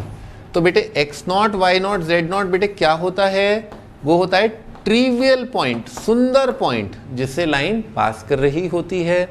और बेटे डिनोमिनेटर में जो चीज़ें होती हैं ए बी सी वो क्या होती हैं बेटे, डायरेक्शन रेशियोज ऑफ लाइन, या वो एक सुंदर वेक्टर जिस दिशा में लाइन जा रही है, लाइन का जो डायरेक्शन है वो होता है डिनोमिनेटर में। A B C direction ratio of that vector है। ओके, तो आंखों से दिख रहा है पटाख से कि x माइनस, कंपेयर करो बेटे, तो x not Y not Z not जो पॉइंट है बेटे कितना के बेटे 3, शाबाश -2, शाबाश -4, एक पॉइंट मिल गया। अब मैंने आपको बताया था लाइन को क्या करते हैं अपन, इक्वल टू लैम्डा करके मान लेते हैं। तो कंपेयर करके देखो बेटे, कोई भी जनरल पॉइंट ऑन लाइन बेटे कैसा होगा, any point on line X Y Z कैसा होगा, उचका दो, कितना आएगा 3 + 2 लैम्डा -2 माइनस लैम्डा -4 + 3 लैम्डा। कोई भी general point on line upon imagine कर सकते हैं इस तरह से। अब आप इसमें लैम्डा की जगह 1 रखो, 2 रखो, 3 रखो, 4 रखो, -1 -2 -3 -4, आपको लाइन पर जो पॉइंट्स हैं वो जनरेट होते हुए दिखेंगे। सबसे सुंदर होता है जब लैम्डा की जगह 0 रखते हैं और वो यही पॉइंट है। फिर अपन ने एक और पॉइंट निकाल लिया लैम्डा को 1 रख के। तो बेटे लैम्डा 1 रख के कितना आ रहा है बेटे 5, लैम्डा 1 रख के आ रहा है -3, लैम्डा 1 रख करके आ रहा है -1। ऑल राइट, तो बेटे ये एक पॉइंट है और बेटे ये दूसरा पॉइंट है ना।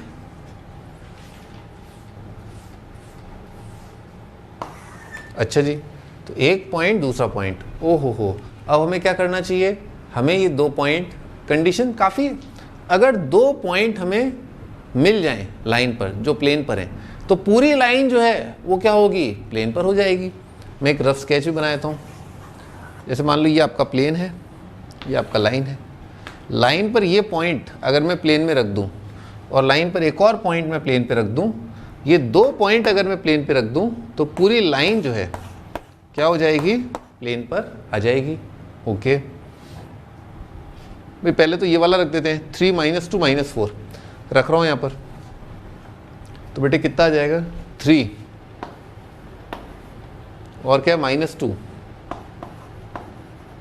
और क्या है -4 का क्या हो जाएगा बेटे +4 = 9। तो बेटे कितना आया 3l - 2m = 5, 1।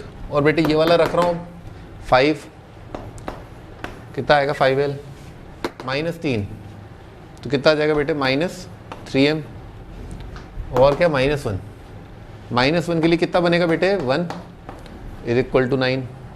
इसको और अच्छे से लिख लिया 5l -3m = 8। अच्छा ये और ये है ना। ओके, तो इनको बेटे कैसे सॉल्व करें, ऐसा करते हैं, इसको मल्टीप्लाई करते हैं अपन 3 से, इसको मल्टीप्लाई करते हैं अपन 2 से, है ना, और सब्ट्रैक्ट कर देते हैं। -6m कट जाएगा। तो बेटे 10 - 9 है ना, 10l - 9l बेटे कितना आ जाएगा l।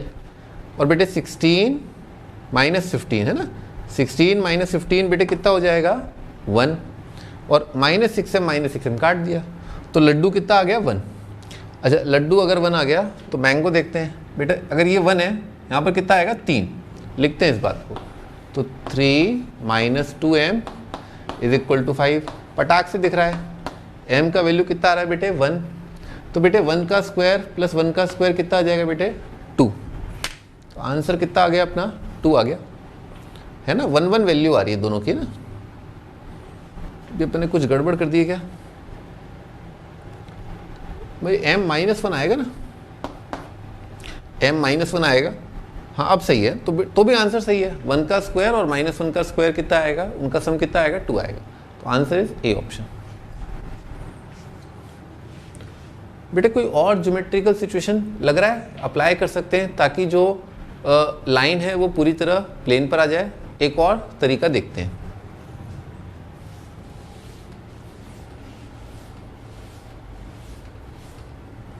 तो आप सोचो कि भाई ये प्लेन है आपका, ये आपका प्लेन है और ये आपका लाइन है। अब जस्ट इमेजिन कि ये आपका प्लेन का क्या है, नॉर्मल। और बेटे कोई भी लाइन है ना, कोई भी लाइन या लाइन के अलोंग जो वेक्टर है, ये वाला डायरेक्शन, ये दिशा दिख रही है, ये वाली दिशा, और बेटे प्लेन का नॉर्मल ये वाली दिशा। इनके बेटे बीच में एंगल कितना आएगा, angle between normal and angle between line is 90। इस बात को लिख देता हूँ, ये प्लेन का नॉर्मल है, angle between normal and line is 90 ना। ये बड़ी सुंदर बात है। और पट्ट से इसमें क्या होगा कि डॉट प्रोडक्ट अपन 0 कर सकते हैं।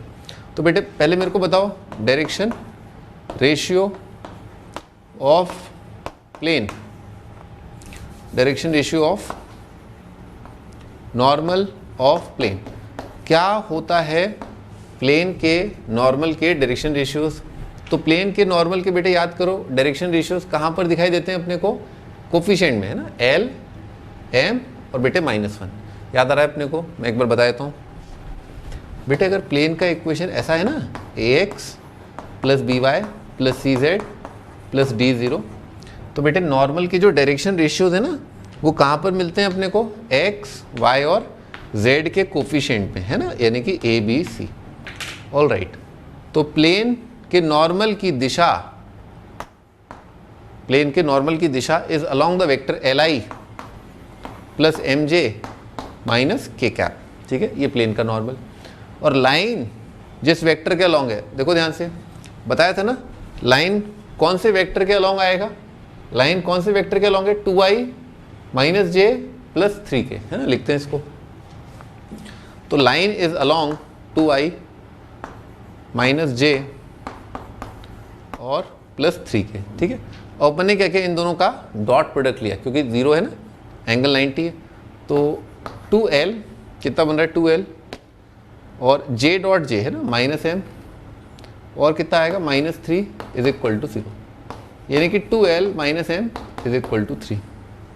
तो बेटे अगेन इस मेथड में क्या है, ये तो एक रिलेशन बना, एक रिलेशन तो आपको लाना ही पड़ेगा जो सुंदर पॉइंट है, ट्रिवियल पॉइंट है ना, इसको रख करके। तो इसको रख करके पॉइंट कितना आया, 3l - 2m = 5। लिख लेते हैं इसको, 3l - 2m = 5। पटाख से क्या किया, इसको मल्टीप्लाई कर दिया अपन ने 2 से और सब्ट्रैक्ट कर दिया। तो 4 - 3 बेटे कितना आ जाएगा, 1। 6 - 5 कितना आ जाएगा, 1। तो L1 आ गया, L1 ऊपर रख दिया, 2 - m कितना आया, 3। तो बेटे m कितना आ जाएगा, -1। ठीक है, तो आंसर क्या है, L1 है, m -1 है, और L1 m -1 है। अगेन स्क्वायर का सम कितना आ जाएगा बेटे, 2 आ जाएगा, है ना, 1 + 1 कितना आएगा, 2 आएगा।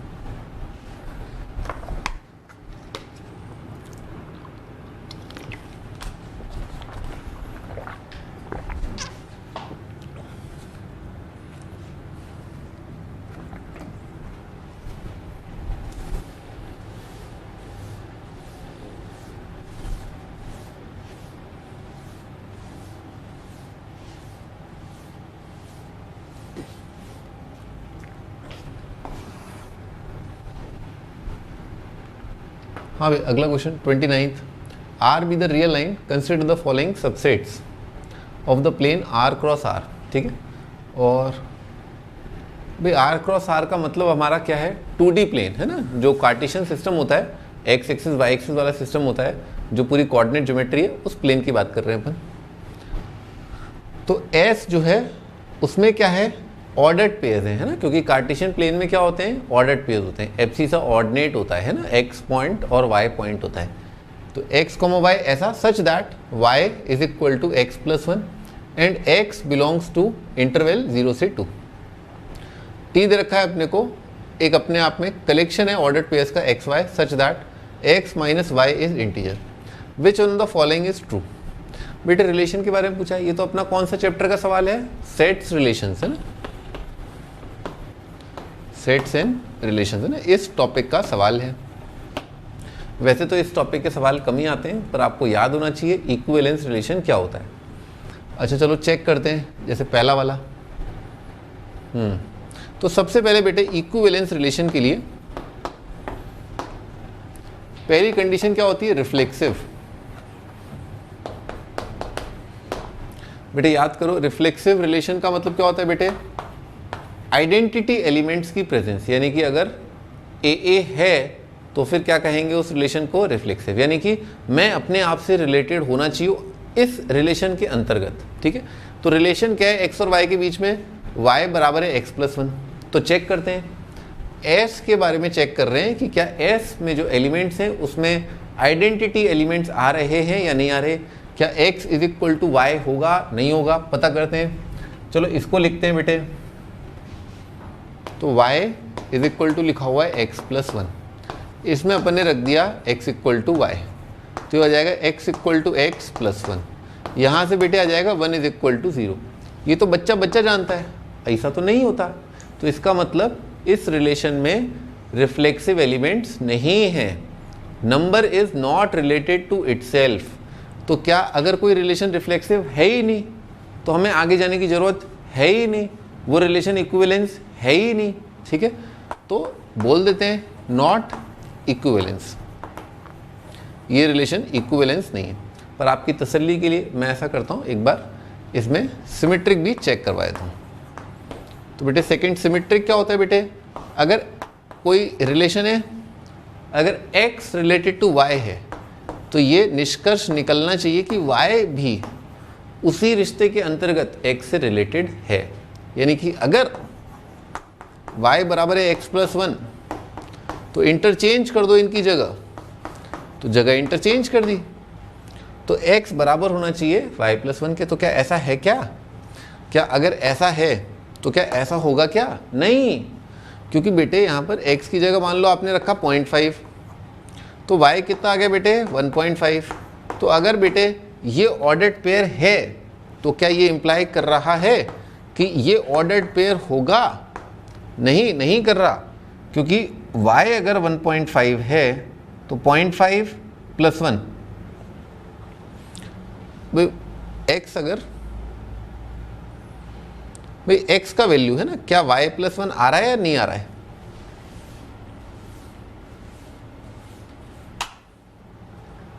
भाई अगर ये ऑर्डर्ड पेयर है तो क्या ये ऑर्डर्ड पेयर है? नहीं है, क्योंकि जो आउटपुट है y कोऑर्डिनेट है वो क्या होना चाहिए? इसको मिटा देते हैं।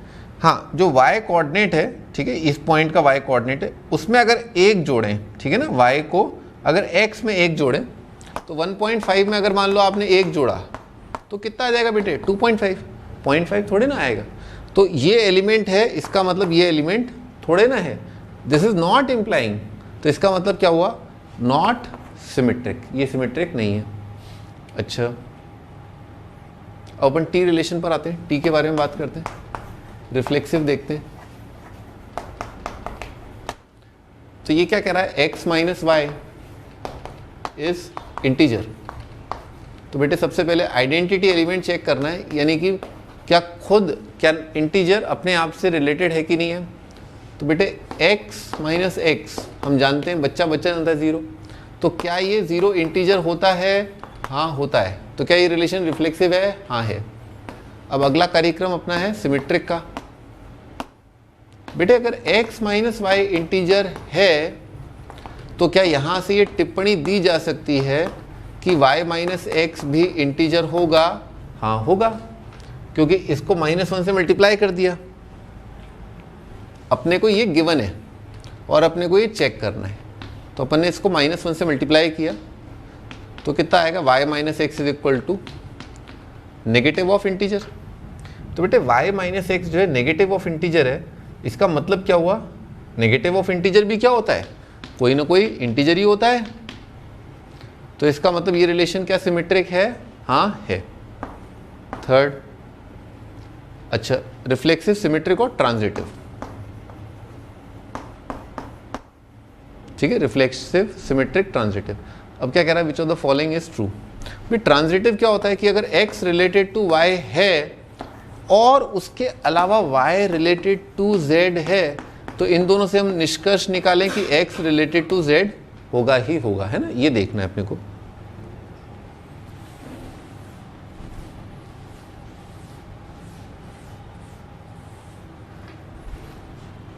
तो भी इसका मतलब x माइनस वाई अगर इंटीजर है एंड y माइनस जेड कोई और इंटीजर है, इसको ऐसा करते हैं I1 बोल देते हैं। x माइनस वाई कोई इंटीजर है तो क्या यहाँ से ये टिप्पणी दे सकते हैं कि x माइनस जेड भी कोई ना कोई इंटीजर I3 होगा?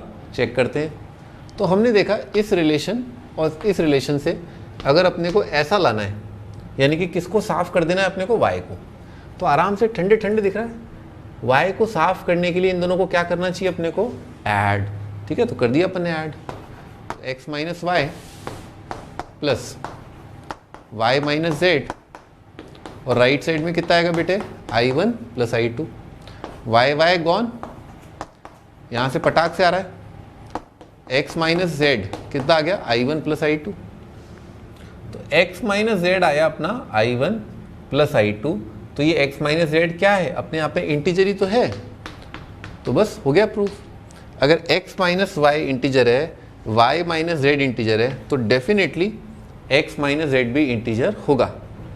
तो इसका मतलब जो सेकंड रिलेशन है t, वो इक्विवेलेंस है, क्योंकि वो तीनों है, रिफ्लेक्सिव भी है, सिमेट्रिक भी है, ट्रांजिटिव भी है। पर पहला रिलेशन तो रिफ्लेक्सिव ही नहीं है, तो इक्विवेलेंस नहीं होगा। ऑप्शन देखते हैं अपन। T is equivalence on R but S is not, है ना। अपना आंसर है दिल्ली ऑप्शन है, डी ऑप्शन आंसर है।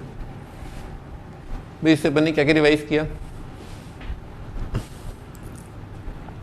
इससे अपन ने देखा इक्विवेलेंस रिलेशन के लिए 3 रिलेशन होना जरूरी है, रिफ्लेक्सिव, सिमेट्रिक और ट्रांजिटिव। और रिफ्लेक्सिव की कंडीशन होती है आइडेंटिटी एलिमेंट्स का प्रेजेंट होना। सिमेट्रिक की कंडीशन होती है अगर x रिलेटेड टू y है तो y रिलेटेड टू x होना। ट्रांजिटिव की कंडीशन है x रिलेटेड टू y अगर है और y रिलेटेड टू z अगर है, तो इन दोनों से ये निष्कर्ष निकलना चाहिए कि x भी z से रिलेटेड है। ओके, फिर लास्ट क्वेश्चन पर आते हैं अपन। भाई हाइट्स एंड डिस्टेंस की इंपॉर्टेंस बढ़ती जा रही है आईआईटी में लगातार। बहुत छोटे छोटे सवाल कई बार हाइट्स एंड डिस्टेंस जैसे सेट्स रिलेशन जैसे आते हैं, तो इसीलिए मैंने एक क्वेश्चन रखा है।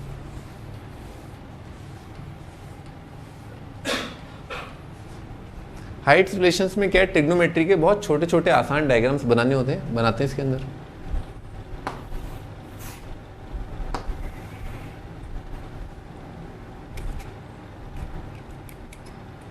क्या बोला, ladder rest against a wall at an angle alpha two the horizontal. हाँ भाई, ladder rest against a wall at an angle alpha two the horizontal. तो बेटा ये मैंने बनाया है वॉल, है ना, ये अपनी दीवार है और ये अपना लैडर है। ठीक है, ये अपन ने सीढ़ी लगा रखी है और बोला है टू द हॉरिजॉन्टल, है ना। ये अपन ने बोला है कि एंगल जो अल्फा बन रहा है ना लैडर का, वो किसके साथ है, हॉरिजॉन्टल के साथ। तो बेटे ये जो धरती है ना, वो जो सीधी है, वो ये वाला पार्ट है ना। ये मैंने धरती बनाई है, ये मैंने दीवार बनाई है और ये मैंने सीढ़ियाँ बनाई है। अब क्या कह रहा है, it's foot is pulled away from the wall. अब क्या किया, इसके जो चरण है ना, इसके चरण यहाँ पर है, इसको अपन ने क्या किया, pulled away from a wall, wall से इसको इधर घसीट लिया अपन ने। तो यानी कि इसके चरणों को अपन इधर ले आए। कितनी दूरी पर ले आए अपन, a डिस्टेंस पर, है ना, a डिस्टेंस पर ले आए। It slides distance b down the wall. तो ये खसक के कितना नीचे आ गया भाई, ऑब्वियस ही बात है कि आप सीढ़ी को अगर दीवार से दूर ले आएंगे तो सीढ़ी का ऊपर वाला जो एंड है वो दीवार पर नीचे की तरफ आ जाएगा। और वो जो डिस्टेंस है उसके बारे में क्या बोला गया है, b, making an angle beta. और अब की बार जो एंगल है सीढ़ी का हॉरिजॉन्टल के साथ, वो क्या एंगल बना रहा है, बीटा। तो अपने को बताना है a बाई बी का वैल्यू, है ना, यानी कि ये डिवाइडेड बाई ये क्या होगा। तो बेटे इसमें अपने को एक बहुत इंपॉर्टेंट बात जो बच्चे हमेशा कई बार वीक बच्चे ही जो है इग्नोर करते हैं, वो ये कि बेटे सीढ़ी का जो लंबाई है मान लो h है, तो वो तो क्या रहेगा, फिक्स रहेगा ना। सीढ़ी को आप कहीं भी ले जाओ भाई, जब तक तोड़ोगे नहीं तब तक सीढ़ी जो है उसकी लंबाई जो है सेम रहेगी। All right, okay. तो हम क्या करें, राइट एंगल ट्राइंगल देखें और a और b लिखने की कोशिश करें। और बेटे ऑप्शन में भी दे रखा है कि साइन और कॉस जैसा कुछ आएगा। तो चलो स्टार्ट करते हैं। तो यहाँ पर भी h है, आगरा, बॉम्बे, कलकत्ता, दिल्ली और एलिफेंट, है ना, इनमें a और b तो है एच भी है। अच्छा ए को लिखने की कोशिश करते हैं भाई, ए को कैसे लिखें भाई? ए को ऐसे लिख सकते हैं, ये वाला लेंथ माइनस ये वाला लेंथ, है ना, ये लेंथ माइनस ये लेंथ। अच्छा तो बेटे ये वाला लेंथ कितना हो जाएगा? एच कॉस बीटा, ठीक है, क्या हो जाएगा ये? H cos beta. और बेटे यहाँ से यहाँ तक है ना, इसको देखो, पहचानो, पहचान रहे हो? आगरा बॉम्बे कलकत्ता ट्राइंगल ABC में बेटे ये हाइपोटेन्यूज है, तो बेस कितना होता है बेटे? बेस होता है हाइपोटेन्यूज मल्टीप्लाइड बाय कॉस, है ना। कॉस कंपोनेंट होता है अलोंग, और ऑपोजिट वाला कंपोनेंट बेटे क्या होता है? साइन होता है ना। तो लिख लेते हैं अपन, ट्राइंगल ABC में BC जो है बराबर आएगा हाइपोटेन्यूज मल्टीप्लाइड बाय कॉस। तो ये कितना हो जाएगा बेटे? H cos alpha. सिमिलरली बेटे CD देखो, ट्राइंगल की बात कर रहे हैं अपन, दिल्ली कलकत्ता एलिफेंट, तो बेटे ये H है, तो ये कितना हो जाएगा बेटे? H cos beta, H cos beta हो जाएगा। ऑल राइट, अब इसकी बात करते हैं बेटे, बॉम्बे को कैसे लिख सकते हैं अपन? स्मॉल b को, ये लेंथ में से अपन क्या करें? ये घटा दें अपन। अच्छा तो बेटे अगर ये H है तो बेटे ये कितना हो जाएगा? सोचो, ऑपोजिट वाला कितना होता है? साइन। तो ट्राइंगल ABC में अगर हम देखें तो बेटे आगरा कलकत्ता जो है बराबर किसके होगा? H multiplied by sine alpha के। सिमिलरली दिल्ली कलकत्ता एलिफेंट में बेटे CE देखो बेटे, CE कितना हो जाएगा? एंगल देखो बेटे बीटा है, ये कितना हो जाएगा? H साइन बीटा, ठीक है, ये होगा। ऑल राइट, अब अपन क्या करें? A बाई B लिखें। ओहो हो भाई, A जो है, A दिख रहा है मेरे को क्या है? DC माइनस BC, तो DC माइनस BC, ओके, तो लिख लेते हैं अपन A, दिस माइनस दिस कितना आ गया बेटे? H into cos beta minus cos alpha, शाबाश। और बेटे B कितना है? आंखों से दिख रहा है, B कितना आ रहा है? AC माइनस CE, तो B कितना आएगा? AC ये माइनस ये कितना जाएगा बेटे? H into sine alpha minus sign beta. और बेटे पूछा क्या है अपने से? A बाई B, तो बेटे A बाई B को लाने के लिए क्या करना चाहिए? दोनों को डिवाइड कर दिया, तो A बाई B, और बेटे डिवाइड करके H और H क्या हो जाएगा? गॉन। पिक्चर क्या बन जाएगी? Cos beta minus cos alpha upon sine alpha minus sign beta. चलो मैचिंग खेलते हैं। कॉस बीटा माइनस, ऊपर माइनस है, इन दो में माइनस आ रहा है, और नीचे भी बेटा क्या? Minus. Cos beta minus cos alpha upon sine alpha minus sign beta. Answer कितना आ गया? दिल्ली ऑप्शन जो है अपना आंसर है। इससे अपन ने क्या सीखा? इससे अपन ने सांप सीढ़ी खेलना सीखा कि सीढ़ी लगाते कहाँ हैं? सीढ़ी को खिसकाते हैं, तो उससे फ़र्क क्या पड़ता है? डायग्राम बहुत इंपॉर्टेंट है, राइट एंगल ट्राइंगल बहुत इंपॉर्टेंट है, ट्रिग्नोमेट्रिक रेशियोज इंपॉर्टेंट हैं, और थोड़ा अप्रोच अपने को समझ में आना चाहिए कि लैडर जो है उसकी लंबाई हमेशा सेम रहेगी। तो आज के लिए इतना काफ़ी है, अपन आज यहाँ पर समाप्त करते हैं। पेपर 1 एंड हो गया, पहला full paper. Please go through the solutions तो आपने देख लिए, पर फिर भी अगर आपको कोई डाउट है तो प्लीज़ जो प्रीवियस लेक्चर्स हैं जिसमें अपन ने थ्योरी बहुत डिटेल में पढ़ा है, please go through those lectures.